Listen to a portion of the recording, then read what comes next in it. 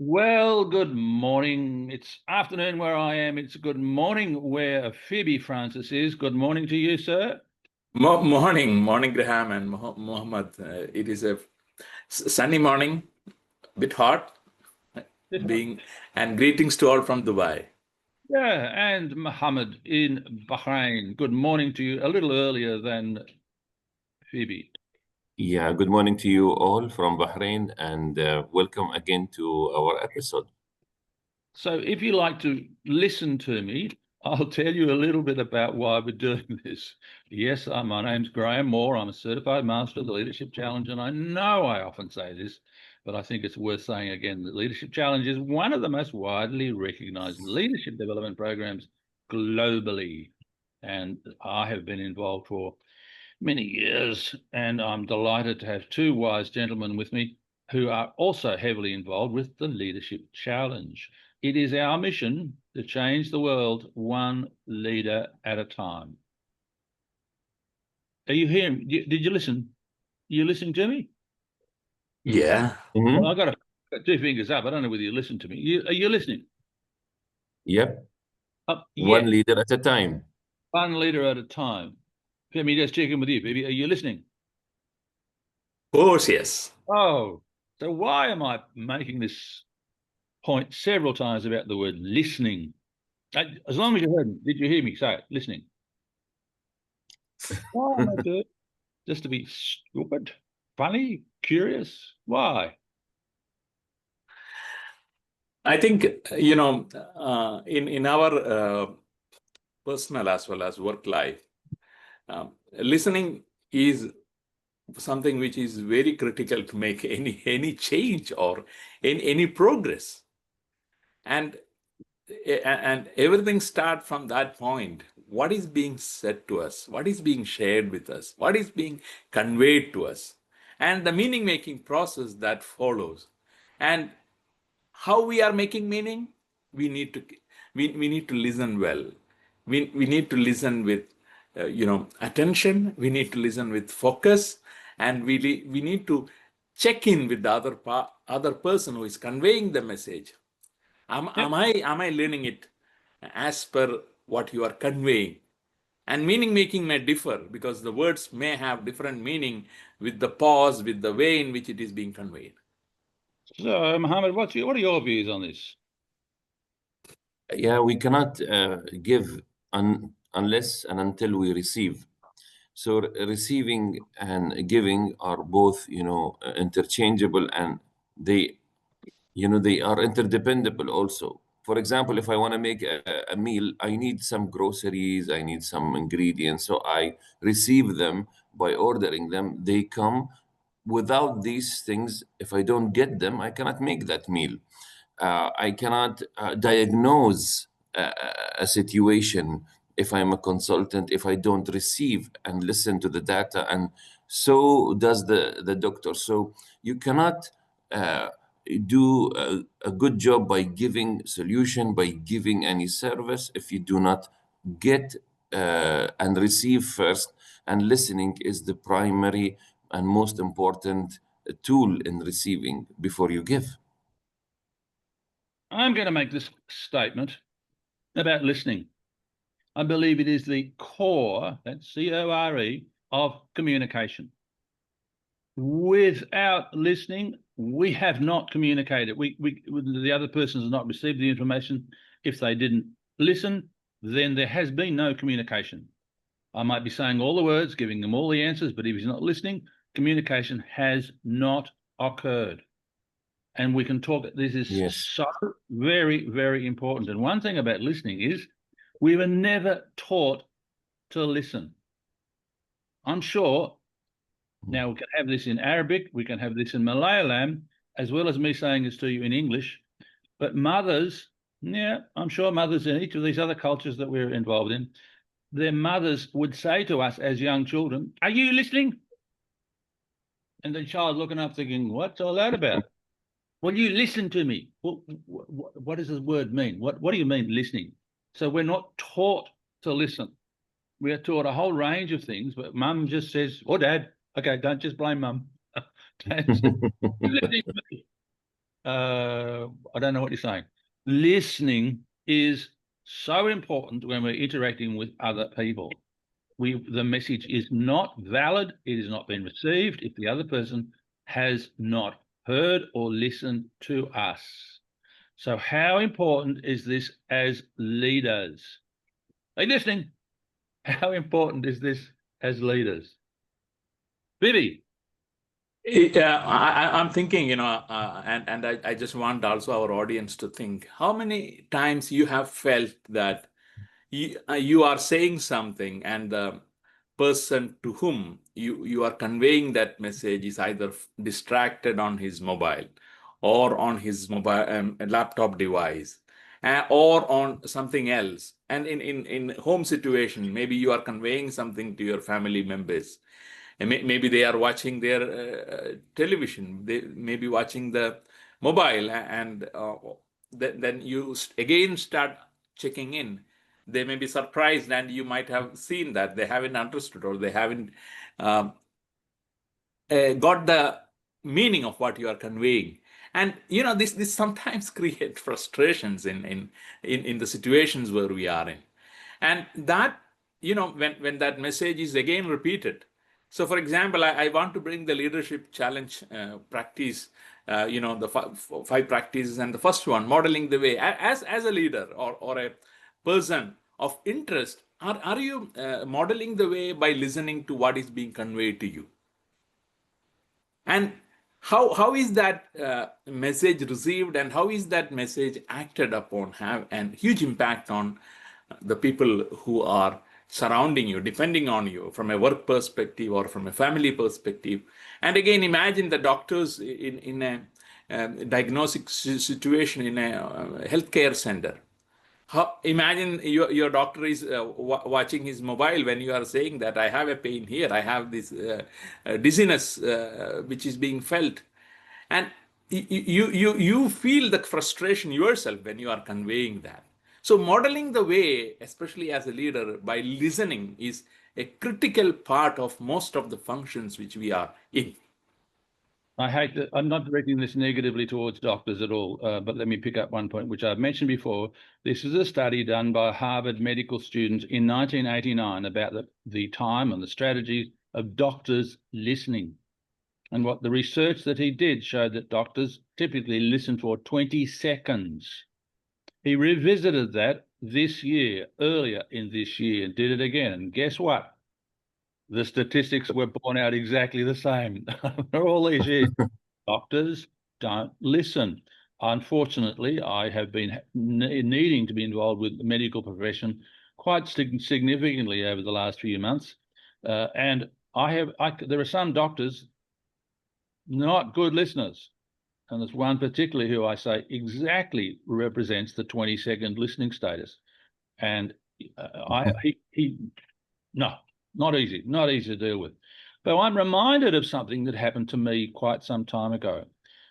And I'm not sure that we all have experienced this, when someone who we perhaps don't know, and it has a little bit more meaning I think when it comes from someone we don't know, gives us a compliment, and we don't expect it, and we have this compliment, and it can be quite kind of not what you're expecting.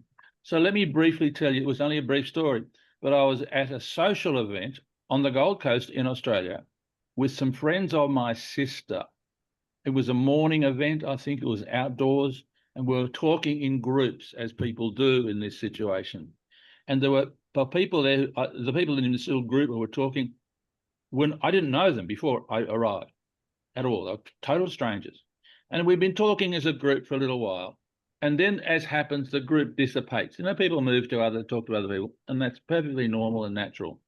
And one woman was left, and she said, can I make a comment? She's saying to me. And I said, yeah. She said, I've just noticed you're a very good listener. And I said, wow, how do you, this blew me away in the fact that I was certainly not expecting it. She could have said, you are a very smart dresser. And I would have said, yes, I spent time doing that this morning, or something like this. But it was totally unexpected. And she'd been observing the discussion that was happening, and somewhere, she thought I was a very good listener. I would like to hope that I'm a very good listener. What happens though that can sabotage the listening process? What can happen? We've talked about this. We had a discussion about this 3 weeks ago this, as a topic. What can, in fact, sabotage, derail the listening process? It starts with A. Is it attention? That's another one that starts with A. Attention's important. Yes. But by the way, I can give you attention, but it can be false. I can be faking it, right? I can look like, but I'm thinking about what I'm going to have for dinner tonight. No, what else? It starts with A. Absence? No, yeah, kind of. Yeah. But I'm good really at it, right? I'm good at it so far, right? You're right. Yeah, sure. We talked about, we had a whole program on this very thing 3 weeks ago, and this sabotages the listening process. Yes. At least it doesn't have to do with the listening. It has to do with memory. Okay, then I'm trying to remember. Not. Yeah, in this case, it does. Put an A in front of it, Phoebe. It is assumptions. Assumptions, yeah. Assumptions about what someone's going to say. So we turn off. We don't listen because we're making assumptions about what they're saying, and we will likely get it wrong. Assumptions are a big, big risk when we're talking to people. We make an assumption, we jump ahead. No. So what are some other difficulties in the listening process? First of all, I mean, I'm also surprised with the lady's response and her remark to you that you are a good listener. It tells me at least two things. One is that listeners are scarce to the degree she noticed one. Although all of you were in conversations, and all conversations, include at every second someone who's talking and someone who's listening, and yet from among all those speakers and listeners, she singled you out as a good listener. That means just paying attention or looking like you paying attention doesn't mean you're a listener. So you were genuinely listening, and you are an authentic listener in another word. So number two, it also shows me not they're scarce, but authentic listeners are also scarce. And that means how many of the leaders out there, they pretend that they are listening, or they are forced to show respect and to shut down for some time as their counterpart or their coworker is speaking, but they're actually not listening. So people know really when someone listens authentically and when someone listens just as a performance. So what is it in terms of me as a leader? Let's just assume that I've got a team of 8 or 10 people. What happens when my team recognize that I'm a good listener? What happens? They engage, they give more information, they become more transparent. So many good things happen. Yeah, they also might think he or she cares about what I'm saying. I know that when I say something that's important, he or she is listening to what I've got to say. So this builds respect. I use the term authentic listening. And I think at whatever level you are in the organization, it's critically important. Phoebe's got another term, I think. Haven't you, Phoebe? Yeah, sometimes I want people to see listening as one of the, as it is the biggest competency we all should be having. And I want to challenge, and I also provoke people in saying that. Are you courageous enough to listen? Yeah. And as Graham, you asked, when you are listening to someone, it is also providing like the empathy part with the other party. Then another is you are actually also encouraging the heart from the leadership challenge perspective. People are willing to share what is there inside their mind when someone is willing to listen. Yeah. And that deep listening leads to, challenge the processes which we may have in our workplace, another leadership challenge practice. Yeah.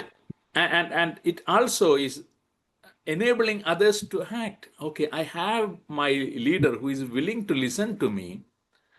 And again, people are happy if the people in hierarchy or people who are reporting to are listening, and they don't want, okay, if it is implemented, beautiful. Even if it is not implemented, at least the satisfaction of, okay, someone is hearing me out, my ideas, my thoughts, my perspectives. I want to pick up on exactly that point, if I can hold you there. Yeah. Just remember the thread that you're going to continue with. But it is that you are listening to that other person. You are validating their thoughts, their ideas, and what they're talking about, because you are listening. And years ago, it was in Australia.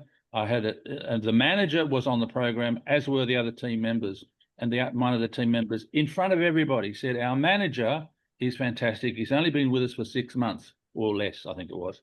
They said, "We have this particular problem. It requires funding. There is no money. It's very significant for us. We're working long hours and we're stressed, but he listens to us.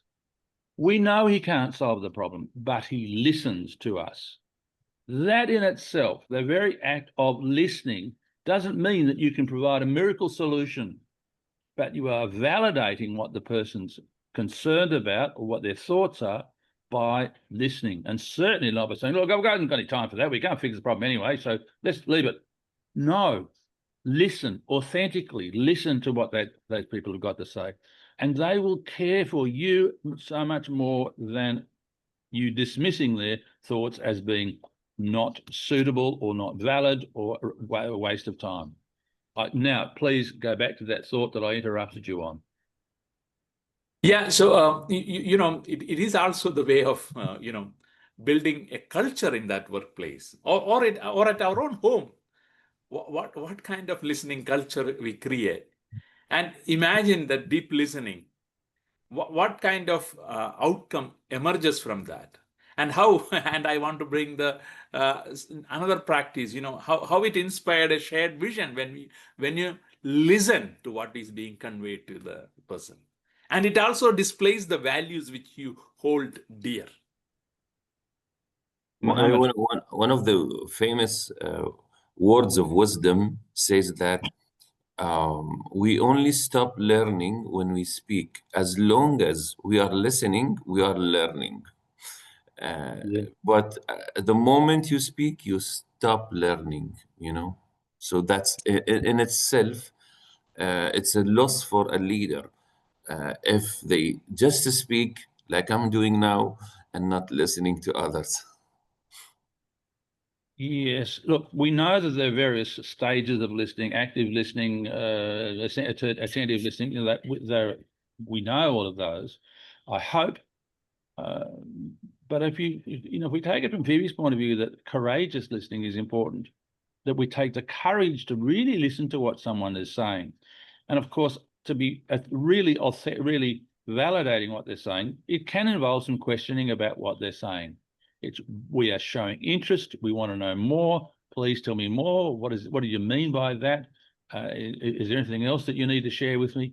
This sort of conversation gets you great results. I'm going to share with you a device that I've shared with a lot of people over the years. And it's because I, some years ago, worked with someone who was world famous. Well, they weren't world famous. They weren't quite world famous at all, really. But they were world class, put it that way. And if there was a medal for this, they would have won the medal. There wasn't a medal for it, but this person was excellent at interrupting. As I was talking to this person, sharing information. We were working together, and this person would interrupt me. So here's what I suggest you do if ever this happens to you. It's a developed behavior. You've got to practice it. So when someone's interrupting you when you're trying to talk, they are not listening to you when they interrupt. They're thinking about what they are going to say. So they're not listening to you. So you're not going, when they interrupt you, you are not going to say, well, you just stop, I'm talking, listen to me. You're not going to say that, because immediately internally the process of thinking, listening shuts down. Shouldn't do that. Okay. No, here's what I do, and I still do it to this day. If I'm having a conversation with someone and sharing information with them and they interrupt me, here's what I do. I stop talking. Yes, this is a learned habit. You've got to practice it. I stop talking. I let them continue with the interruption and what they're going to say. There will come a pause or a stop from what they're saying, and I will then continue on as if there was a break in the sentence artificially, and I'm going to continue that sentence that I was that I was saying. What happens then, and I assure you that this is what does happen, that the person internally recognizes that they have interrupted me and that they weren't listening. I have not interrupted them back. I've waited for them to finish, and then I have continued on. Now, this takes a little bit of development as a behavior that we do, because we're so used to people interrupting. I remember being in a coffee shop in Abu Dhabi some years ago, and this is not disrespectful at all for any culture. Please understand that. But there were two, I would say, let's just say Arab women.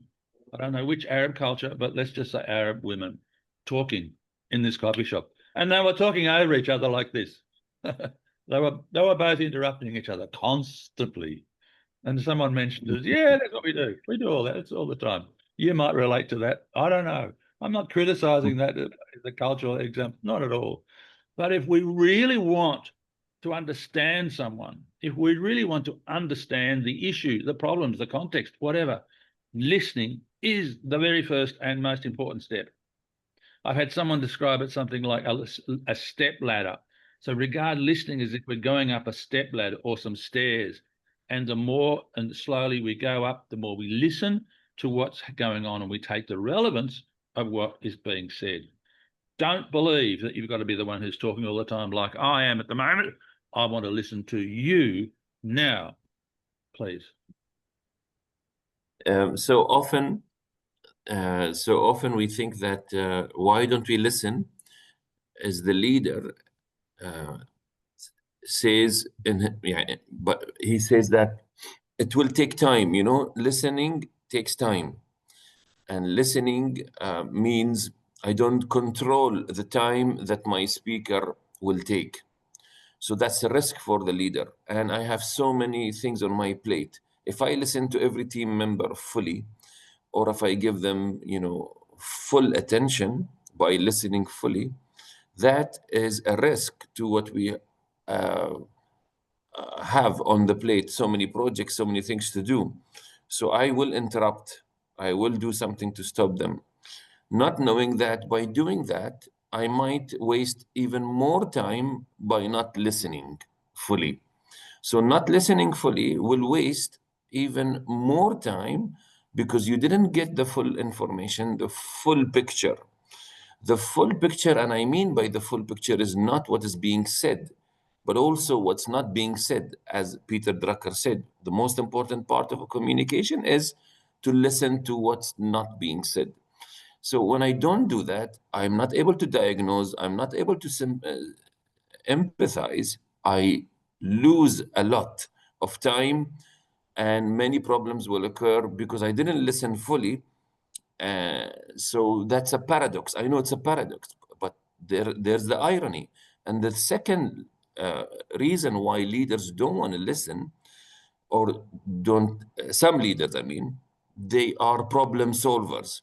So if someone brings a problem and he has to listen, he wants to solve. Midway, he thinks he knows the solution, or the leader thinks that, what if she finishes her conversation and I don't give her a solution? So he goes into the solution mode.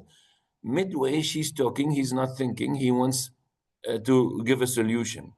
So the answer to that is also leaders are not there to give solutions. Leaders not necessarily have all the solutions, at least not right now. And we said that part of the assumptions, and we said that leaders might fail in another episode. So maybe all they need at this time for you is to listen and offer solution. Offering a solution is not immediate, so it can wait, but at least what's immediate is to listen fully. And it might be the solution. Can I pick up in one point that you mentioned earlier about the importance of the conversation that's being expressed by the other person, and the fact that the listener may skip over things. So the listener, the leader, let's just say, should be able to say to the person, this sounds like it's really important. How about we meet tomorrow at 10 o'clock and we can spend some time talking about it? How long do you think it will take? Oh, it could take us half an hour. Okay, we need to do it tomorrow afternoon, half an hour. Is that okay with you? Yes. Okay, great. Is it more urgent than that?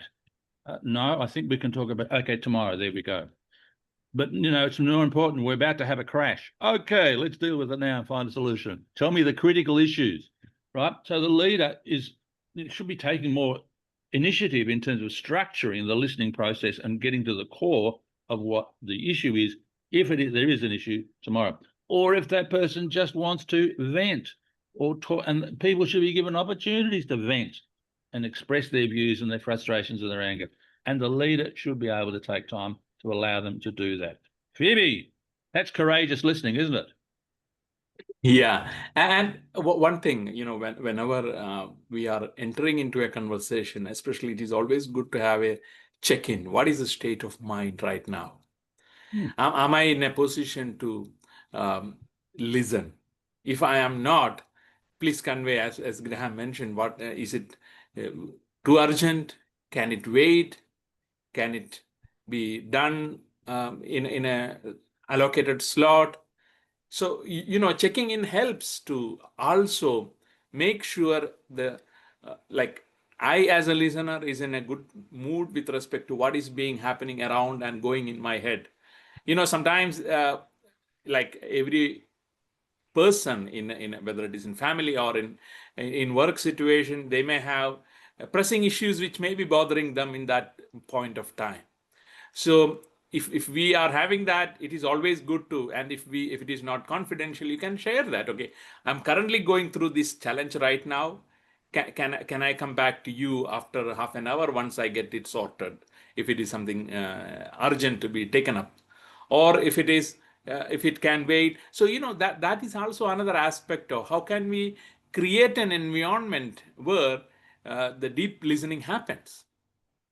Because Courageously. yeah, and again, this what we are going through may not be understood by the other person who is conveying to Yes. us something. So preparing ourselves in that process is another step in moving into the listening, which make it impactful. Yep. Mohammed.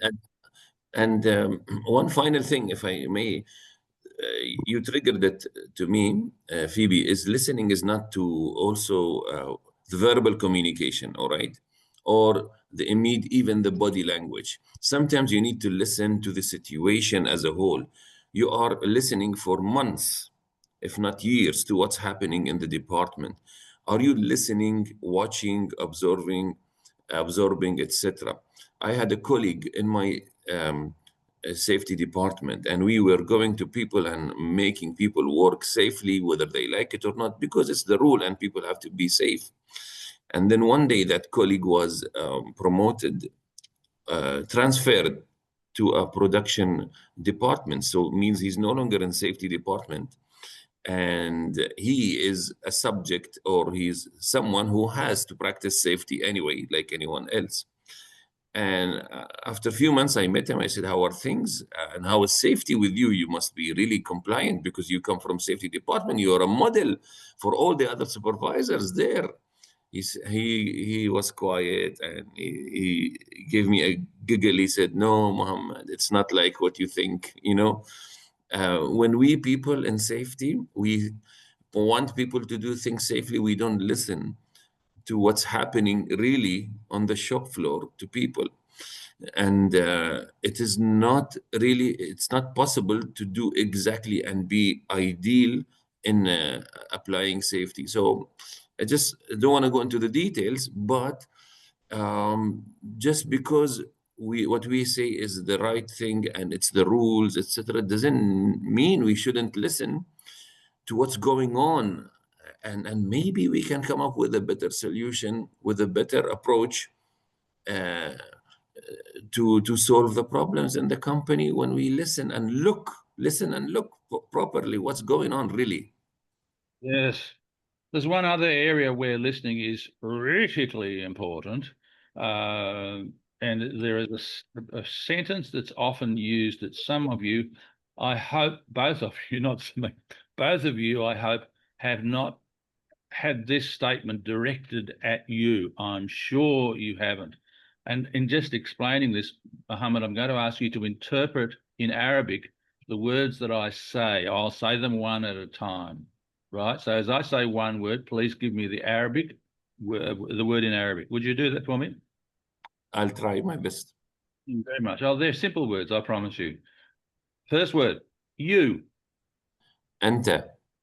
Never. أبدا. Listen. Okay, so they are together. أنت لا تسمع أبدا. To me. لي. Say it in one sentence. Okay, أنت لا تستمع أبدا لي. أو So, أنت لا or another word, أنت لا تسمعني أبدا. Two versions. Get Bibi to put that in Malayalam. So what am I getting at? This is what so often is a sentence that are directed at one or other partner in a relationship, in marriage. You never listen to me. Wow. There's cracks in the wall if there's a statement that's being said. I hope, and I'm sure, that it's not directed at either of you two gentlemen, but from your partners, your wives, your children, anybody. But often as a kickback of frustration, one of the partners in the relationship might say, "You never listen to me." Oh, listen to your children, to your wife, to the people around you. Bibi, one more word from you, please, that we'd love to listen to.